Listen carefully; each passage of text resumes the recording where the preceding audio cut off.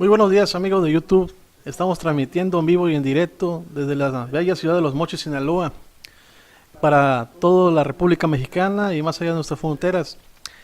Este día, 10 de mayo de 2019, estamos inaugurando una nueva etapa del grupo de abogados de la firma LLM, donde vamos a señalar un proyecto donde vamos a estar disertando de diversos temas de carácter legal y otros temas también de criminología y criminalística.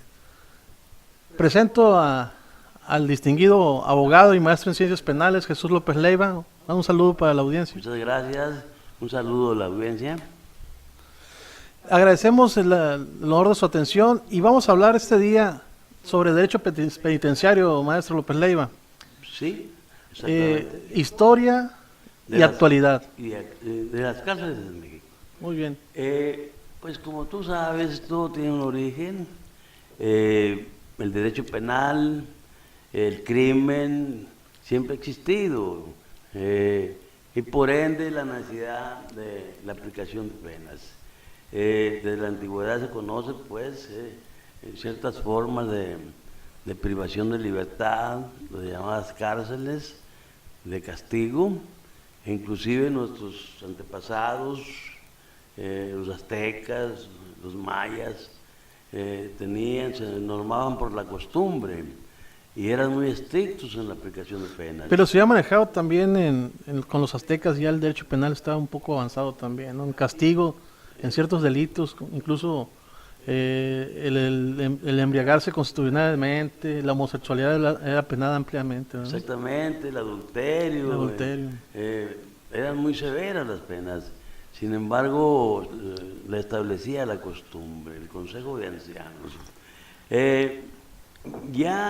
Posteriormente, ubicándonos ya, por ejemplo, en México, podemos hablar como la primer cárcel o el primer edificio destinado pues para reclusión de presos políticos, de militares, fue el famoso castillo de San Juan de Ulúa.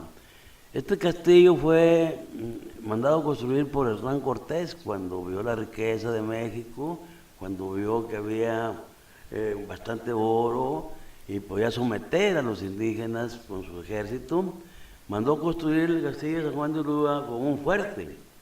Ese fuerte pues servía para que si en un momento dado otros ejércitos o la misma España que quería apoderarse de la riqueza, sí, supo de la riqueza de México y pudiese mandar, y mandó inclusive embarcaciones con ese fin. Hernán Cortés mandó edificar el castillo famoso de San Juan de Ulúa. De ahí viene ese dicho de que voy a quemar mis naves, ¿no? Sí, quema naves para que nadie se devuelva y aprovechar la riqueza de México, sus indígenas bastante bellas, en fin. Pero después ya entra la época de la colonia, en fin. En la época de la colonia, el castillo de San Juan de Ulúa fue pues destinado a la reclusión de presos políticos, homicidas seriales, gente pues incorregible, pero principalmente gente que estaba en contra del régimen. Abogado, la leyenda de Chucho el Roto, Jesús Arriaga. Jesús Arriaga es uno de los habitantes, huéspedes de San Juan de Ulúa. Así Los que conocen la historia pues de Chucho el Roto, Jesús Arriaga, se enamoró de una aristócrata y el abuelo, que era riquísimo, burgués, lo mandó capturar e inclusive lo mandó a San Juan de Ulúa. En una ocasión logró pelarse San Juan de Ulúa. Sin embargo, en la segunda captura murió en San Juan de Ulúa.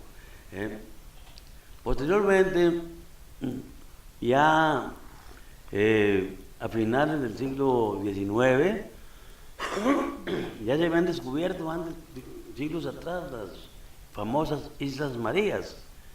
Pero Porfirio Díaz, que tuvo conocimiento de que esas islas habían sido destinadas a un conquistador, en base pues por los propios españoles, en propiedad, las compró con el fin de... Las expropió. Las expropió. Al Estado, uso al Estado.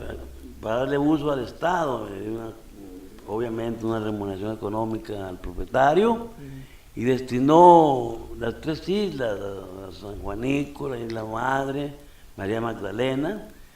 Una de ellas, pues, es la que donde está instalada, pues, el reclusorio, el islote, la cárcel, la penitenciaría, tan tenebrosa. Nadie quería ir al islote. ¿Por qué?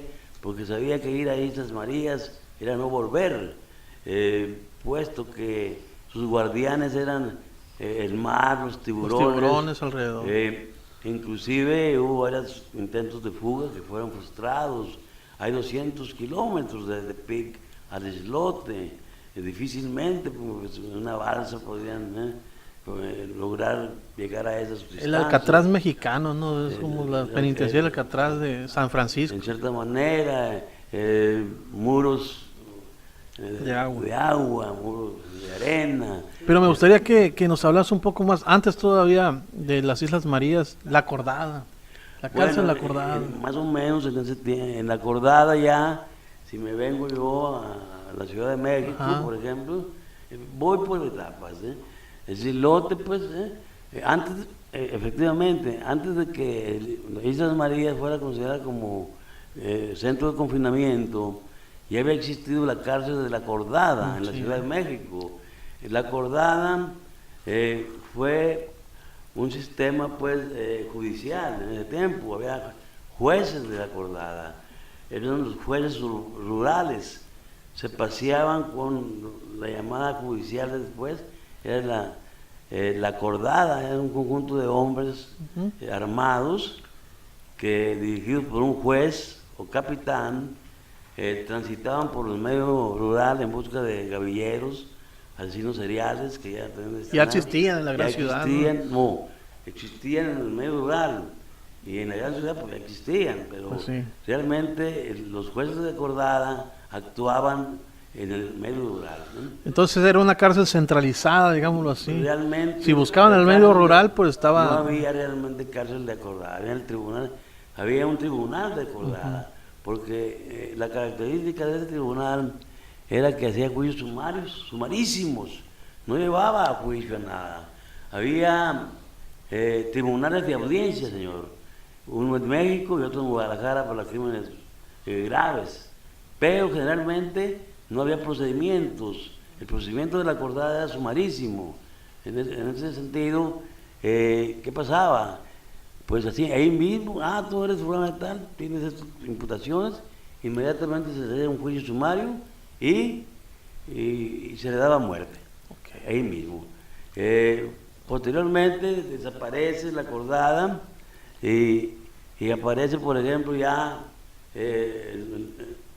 la cárcel de Tlatelolco, que tenía como finalidad encarcelar a militares que cometían delitos militares, encarcelar gente perteneciente. Pancho Villa estuvo recluido ahí, sí. Inclusive militares españoles, militares mexicanos, purgaban procesos, más bien, llevaban procesos y purgaban penas en la cárcel de Tlatelolco. Desapareció también, pero no hay que olvidarnos de la tenebrosa cárcel de Belén. Esa cárcel de Belén tiene antecedentes de la época de la colonia, del hospicio de pobres, por ejemplo, que existía en el tiempo. La cárcel fue de la recogida, que se encargaba, se encargaba de por ejemplo, se encargaba de encerrar mujeres, prostitutas, borrachos, inclusive en ese tiempo. Sin embargo, la cárcel de Belén tenebrosa duró hasta los años 30, fue destruida, ya después de Lecumberri inclusive. Pues ahí la vida era de perro, como siempre. No le deseo la cárcel a nadie. La cárcel no es un centro de recepción, no es un centro de rehabilitación. Más bien hay una dualidad de criterios. Por una parte la ley habla de que castigo, por otro lado de la readaptación social. Entonces confunden, pero a mi juicio no es más que centros de confinamiento, universidades de delito. Aunque con la reforma ya del 2008 ya se habla de reinserción social. Quiero hablar todavía, Cambió quiero todo adelantarme eso. un poco más. Eh, Podría hablar más adelante un poco más adelante de eso. Por ejemplo, en la cárcel de Belén, pues ya había una diferenciación entre pobres y ricos, inclusive.